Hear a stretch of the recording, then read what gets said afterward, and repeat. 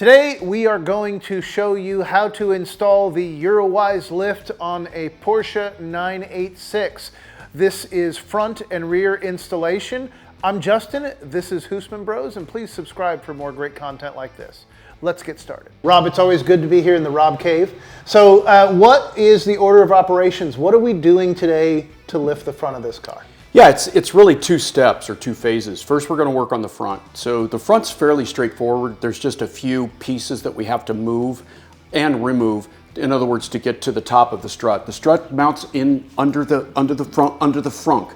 That's a German slang for front trunk, so frunk. Once we have access to it, the whole shock assembly or strut assembly comes out pretty easily. We will then add the spacer and then reassemble it. It's not that difficult.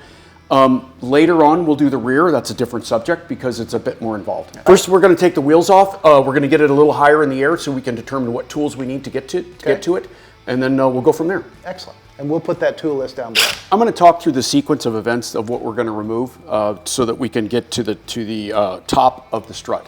We're first going to remove the brake sensor here. This is pretty easy. It's a little clip. You can see I've already taken it out. It's then a 10mm ratchet just to undo it. Take this bolt out. It should be pretty straightforward. This is just to get it out of the way. This is the brake wear and anti-lock brake sensor. This is the tie rod end. This connects to the steering rack. We're going to use a tie rod remover. We're going to remove this bolt. We're going to thread it slightly. Then we're going to attach the tie rod remover. So we're going to remove it. We're going to remove then the sway bar drop link, which is down here. We'll list all the tool sizes that we need. Once that's done, we will then loosen the bolt. This is the bolt right here.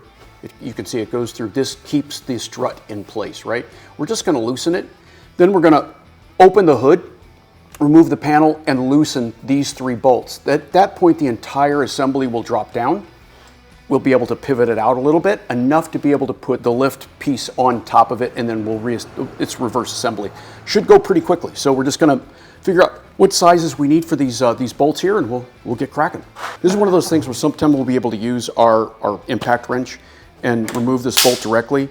However, there is a counter. There's a Allen head wrench in there, so we may need to move to a different type of tool. We'll explain that if we need it, but I'm going to go ahead and hit it with this first.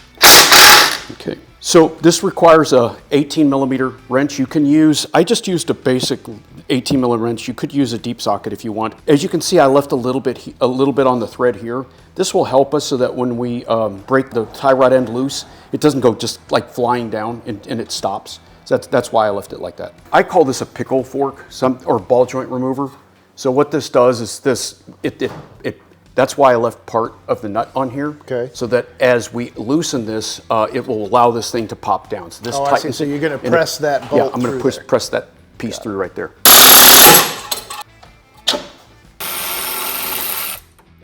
One of our challenges, we've still got the suspension loaded. Yeah, I can so see. As you see, Tom's got that. We're going to unload that suspension so we can get the final bolts out. We need to unload the suspension so we can actually get the drop link off. So what we're going to do is we're actually going to lower the front suspension onto this 2x4 just a little bit to take the load off the drop link. The other way you could do this is actually use like a 4x4 and a floor jack to pick this up to unload the drop link. Done. Okay, as you can see, we did that and we were able to actually get this drop link off now. So as you can see, it was in this hole here, but when the suspension was loaded up, we had no room to get it out of there. So that's why we had to lift up the control arm so we could actually get it out of the sway bar hole. We're going to now this is the bolt that holds the top of the drop link in for the sway bar link, as well as locks the strut into place. We're just going to loosen it. We're not going to completely take it out. We just want to start it. Then we're going to go up into the hood and we're going to remove the three bolts that hold the top of the strut into the body of the car. So that's next. Okay. We have lowered the car down now, and we're going to remove these panels so we can get to these shock towers. Right, Rob? Yeah, it's really easy. Just right here? So the battery piece just comes up like this. It's pressure, held on by a couple of pressure tabs. There, we pull that out just like that. We're going to set that aside. There's Torx on both sides to remove these two panels. Once these come out, you can see it's just one thing holding them in. Yep. This is going to get, so the shock tower is literally right under my hand. T25, and I'm using a 1/4 inch drive for this T25. What we see here are these 3 nuts. You'll see, if you look in here, you can see that there's actually more of a hole. See how I'm kind of pointing to that right there? This is where you adjust the camber on the car. This is part of your, so interestingly enough, they say you should go ahead and mark these. I gotta say, it doesn't matter. This car is going to be going in for a pretty massive, we're just gonna try to get it, just, you know, we can remember, it's, you know, it's pretty much adjusted probably all the way this way. We're gonna go ahead and now loosen these, and then we should be able to drop the whole thing down. Are we not going to remove them? We're just going to loosen them? Just loosen them for now. We're just going to see if we get play. Got it, okay. Okay, so this looks like about a 13. Okay. So let's go ahead and grab that. I'll say this as well. If you're doing this project and your car is as filthy as this one underneath these panels, I'd suggest you get out your Simple Green and give it a wipe down while you're here. Let's lift the car back up so we can kind of get underneath and catch. Okay, we're good. There we go. Let's get these screws on. Pull. I am. Okay. There, that's out of the way. Yeah, it's out of the way. Okay. Needs to be over here somewhere. Yes. There. All right, you're close. There we go.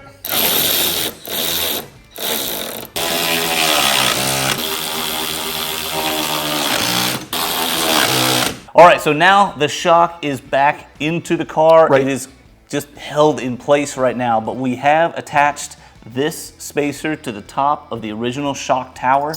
These nuts come off of these bolts, and these are used to attach this to the top of the shock tower. The original shock tower. The original shock tower. In order to get this on top of the shock tower, you're going to have to pull the shock tower out from underneath the fender. I don't know how many arms you've got, but most people with 2 arms are not going to be able to do that on their own.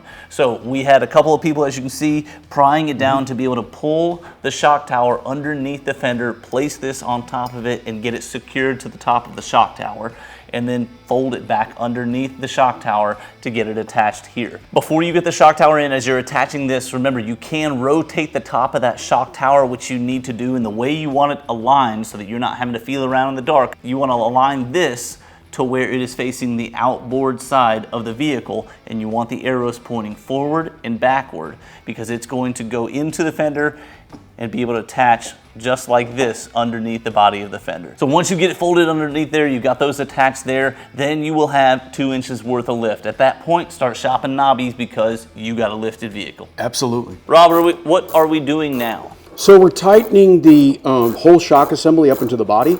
And so I've moved it a little bit by hand. I'm going to get these snug, and then we're going to give it kind of one final push to give it an eyeball alignment. What I'm doing right now is I'm using a 13 millimeter ratcheting socket just to get it snug, and a 4 millimeter Allen wrench so that it gives me a little bit of so I have something to kind of move against it. A lot of times when you see this kind of a scenario, if you try to tighten this down, the nut itself could spin. This just allows you to get it, make sure it's not spinning on you. This will be good enough to get it to an alignment shop where they will be able to do a proper alignment. This hole, it's an oblong opening, and it allows the shop to make adjustments this way. This helps to adjust the camber. So the whole assembly can move in or out depending upon how they need to adjust it. Eyeballing it, this is basically how it came out, so we're just going to leave it like that. So we did a couple things. We went ahead and removed this bolt here. This just does need to be loose so you can spin it out of the way, right? I don't think you need to take the sway bar drop link out. We also put the tie rod end back in and have it threaded hand tight as far as we can. We want a little bit of play in it because to get the half shaft drop link back in, we need to put tension on the whole assembly, suspension assembly again, so that we can thread it into the hole. So we're going to do that right now using our 2x4, which is going to help us to position it with the car. There, perfect. Okay, I think that's good. A lot of times when you remove a ball joint end, you can remove it just with a torque gun. However, putting it back on, it tends to need more, the bolt itself tends to need to be held in place. So it uses kind of a counter mechanism where I'm using an open, see how there's this open socket here, which allows me to put it on top of the bolt itself, and then you use this torque spit to hold it in place so you can spin this. So that's what we're going to do now. We're going to go ahead and show you how to do the rear lift on a 986 Boxster featuring the Eurowise suspension lift kit. We've already done one side, so we know what we're doing. So this should go a lot easier. I've pre-loosened everything on this, so it should go really straightforward to be able to get this new lift piece installed. So one of the things that we're going to do is we're going to replace the tie rod. So this one's already loose, as you can hear right there. I've already loosened the bolts. It requires an 18 millimeter on this side, and then it requires a pickle to go ahead and pop this. On this, on the interior part, remember this is an eccentric bolt. Rule of thumb, never use power tools in eccentric bolt, because if you break it, they're hard to fix and hard to replace. But you can see here that it's already loose and ready to be removed. We have marked it so we can kind of get an eyeball of where the new one needs to, where this needs to be realigned. I also loosened this drop link right here. There's a piece right here. This piece is loose as well. This will be removed. This lower suspension support here will also be removed. I've not loosened it because it's just very straightforward. The other thing I've done is I've also loosened the sway bar end link right here. So this is ready to come off. We just need to pop it out. The last thing is I loosened the 3 bolts up inside the body that hold the upper part of this shock and mounts it into the body. As soon as we get all these 3 things out, we'll loosen those 3 bolts. We'll be able to actually pull this whole thing down, tilt it out, put the new piece in, and snap it all back in. So besides all these hard points here, you can see we also disconnected the ABS sensor and the brake wear sensor. You can see that they probably do need to be replaced. That we'll make that advisement to the owner and let him determine if he wants to replace them. They're still workable, but kind of just barely. The other thing we've done is we've removed the brake line. There was a wire wrapped brake line. You need a little bit more length because we're dropping this whole assembly down, so we needed to remove the brake. Now, one thing that we did that's different, I don't know if you can see this right here, I put a little rubber cap on top of that. This is a really nice way to stem the flow of brake fluid out of this particular line. It saves brake fluid, it saves it from getting everywhere. Brake fluid, as we know, is nasty.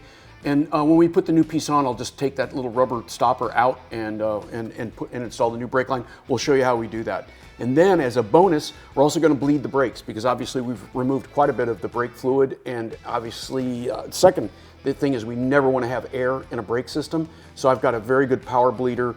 I have a whole quart of brake fluid. So needless to say, we'll run it all through here to make sure that we get all the air out of the system. In order to get this bolt out, you have to bend the heat shield back. There you go. That's it. Easy peasy, just finding that one spot. So we want to keep these parts together. Notice that this has a special fitting. This is part of the eccentric bolt system. You can see right here, we've already marked it. I just want to keep this on here so that we can come back and get to it a little bit later. We don't have to go searching for it. This part here can be thrown away because this part is going to be replaced and it comes with a new screw. So we're just going to put that on there and going to drop this in my junk drawer, of which I will make enough money eventually to buy a cup of coffee. So now I'm taking off the drop, this part of the suspension support here. We'll want to keep this bolt here. This is an important one. We raised the car up to get better access. Technically, you can do this job without a lift, but it makes it a lot easier, air conditioning or not. We removed this one bolt here that was a knuckle bolt, and that allows us to get now access to this one here. So this uses a straight through bolt that bolts right up into the body. It's an 18 millimeter socket. So this we do need to keep. This has to go back in. Remember, it's this pickle side here, or this tuning fork side here. This is the lower main control arm, and so we need to remove it from here. And it just takes a little bit of finesse. You can see that this part here moves, so it's going to be pretty easy to put it back in. We can shimmy this back up into the. Now, sway bar link, 15 millimeter socket, and what I always recommend folks to use is a shallow 17 millimeter wrench. The reason being is there's sometimes not a lot of room to get a big, thick, open-ended wrench into it. Once we get this part out, we can tap this out, but I don't want to because I can see it's actually loaded. So we're going to move the suspension to see if we can get a load off the suspension. We'll use my big floor jack there to see if we can put a load on it and lift this up and have this slide out. But as soon as this slides out, we will put this nut back on there so we don't lose it. Thank you. So the next thing we're going to do is we're going to remove this suspension support. The good news is that this is all tied into the subframe, so it's all tied together, so we can remove this bar and not really, it doesn't really impact what we're doing. Nothing's going to fall. 4 of these 15mm bolts. Can you grab that, Justin? Yep. Thank you. You're going to reuse this piece, so don't throw it away. This actually supports the rear subframe of the car. For the next step, you're going to put the top in the service position. We talk about that in our video where we actually replace the pistons on a 996. We're going to take out 3 13mm bolts. 2 of them are easy to get to. Basically, there's a rubber cover here. You just pull it back. There's one that I took out here. There's another one kind of under this cable, so it's also has been loosened, so I'm just going to pull it out. The third one is actually up under inside the trunk. So that one is in a hole. So what we actually do is we put a piece of tape on the end of our wrench, and it allows us to make sure that bolt doesn't slip out. So there's the 2 13mm bolts. Now we will lift this. As you can see, I've already taken the rubber stopper out, which basically keeps water from getting down in there. I'm actually going to lower the car a little bit more, just so that I can get a better leverage on it. An old mechanic's trick, if you don't have, you know, a lot of times, sometimes bolts are aluminum, you know, they're soft. Obviously, a magnet won't stick to that, or you don't have magnetized tools. So since we are putting this down kind of inside a cavity, what we're going to do is take a little piece of tape and essentially put it just inside here like so. What this allows the bolt to do is kind of seat in there, and it won't come out. Next is we're going to raise it back up so we have access to it, and we're going to go ahead and start getting the puck installed. So this is what we're installing. It goes on top of the shock here, up in here. Now you're going to remove these nuts because these are going to connect the shock to the puck here. So now this is probably the hardest part. We got to wrestle this thing out of the way. Yep, we do. So we're removing the inside portion of the lower control arm. It's an 18mm bolt on this side, 19 on this side. We're just trying to get it loose enough to where we can tap this out. This will allow us the flexibility. We remove the other eccentric bolt so you can drop the top half of the shock down low enough. So you'll notice I'm using a grease pencil. So what we want to do, you can see that this is not a perfect, I would say, triangle. It's wider here and narrow at this point. So what I did was I notched it here and I notched it up in the car. So then as we start to wrestle this thing back in there, it's aligned correctly. You can see now I've got this mark here and I've got this mark here. We now know that these 3 holes need to go in just like that. You're going to put the lift piece on top of the shock first and then put the shock back in the car. So this is the emergency brake line, and if you look up here, you'll see there's a little plastic loop that held that to the body of the car. Didn't have it on the other side, so we went ahead and snipped it here, and we'll just reattach it with a zip tie. Right there like that. We are ready to pop it back in. So after you snip this plastic loop here, pay attention to your routing. We got bound up right here, and it didn't give us enough room, so you may have to pull this line out of the way. And we'll certainly reattach it with a zip tie. Now we have to secure the puck to the top hat with 3 13mm bolts that come with the puck itself. This is frankly the hardest part of the install. Once you get it all taken apart and get this hat on, it's all smooth sailing from here. So we had to rotate the top hat to get everything to fit in here. If you notice, the hub is towed out here, and we'll be fixing that with our new adjustable tie rod. But it does take some torque to get it up in here and some real pressure from the bottom to hold it up. This is the hardest part of this install, hands down. Make sure you buy enough beer that your friends won't run away when they get to this part. From here, you're going to attach the top of the shock to the car, just like you removed it with those 3 13mm nuts. Now we're going to putting the rest of the suspension back together. The key is on the eccentric bolts, make sure the tick marks that you made are aligned, and then put it all back together. We're going to be using some pressure to take some weight off that spring to get everything lined back up. Okay. All right, we're here. Next, you're gonna put the bolt in for the adjustable tie rod. Remember, you have to bend back that heat shield to make it fit, and make sure that you line up your tick marks on your eccentric bolt with the ones that you made before you took this apart. You did make some before you take this apart, right? Now, since the whole suspension is twisted, that's where our adjustable tie rod comes in. That will help you adjust the car and eyeball align it so you can get it to an alignment shop. Anytime you do work, you should get the car aligned immediately, but we've done so much here. Once you finish this job, you have to get the car aligned because you're gonna chew everything up if you don't. This car is gonna be so out of alignment, you'll really need a professional to help put it right. And look for the other video we make of what the specs are to align this car properly. So in order to do this, occasionally you do have to relieve the pressure from the suspension. So if you're not doing it on a lift, have another jack handy so that you can take some of that pressure off your suspension and put all this back together. For most of this, it goes back together the way it came apart, but this is how you fix that twist in the suspension that you'll get in this process.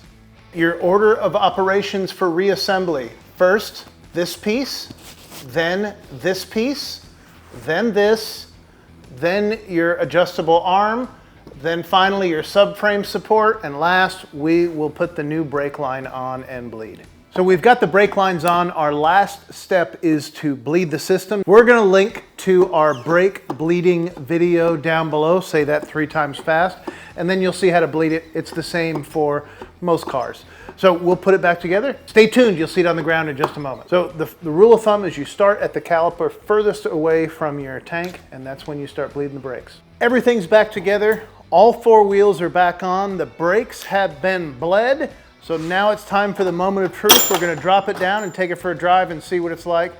Grayson thinks I'm gonna crab walk left. I think it's gonna be just fine. Oh my God, look at how far up it sits. I know, this is funny. All right, let's see.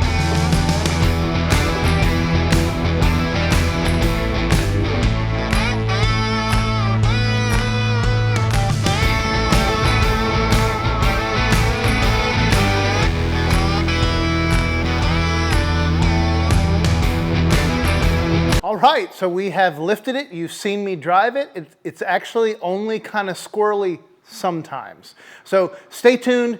Keep an eye on the channel. We're gonna keep doing more stuff. We're gonna do new wheels, we're gonna do new tires, and we're gonna do a bunch of stuff to it. Thanks for watching. We'll see you next time.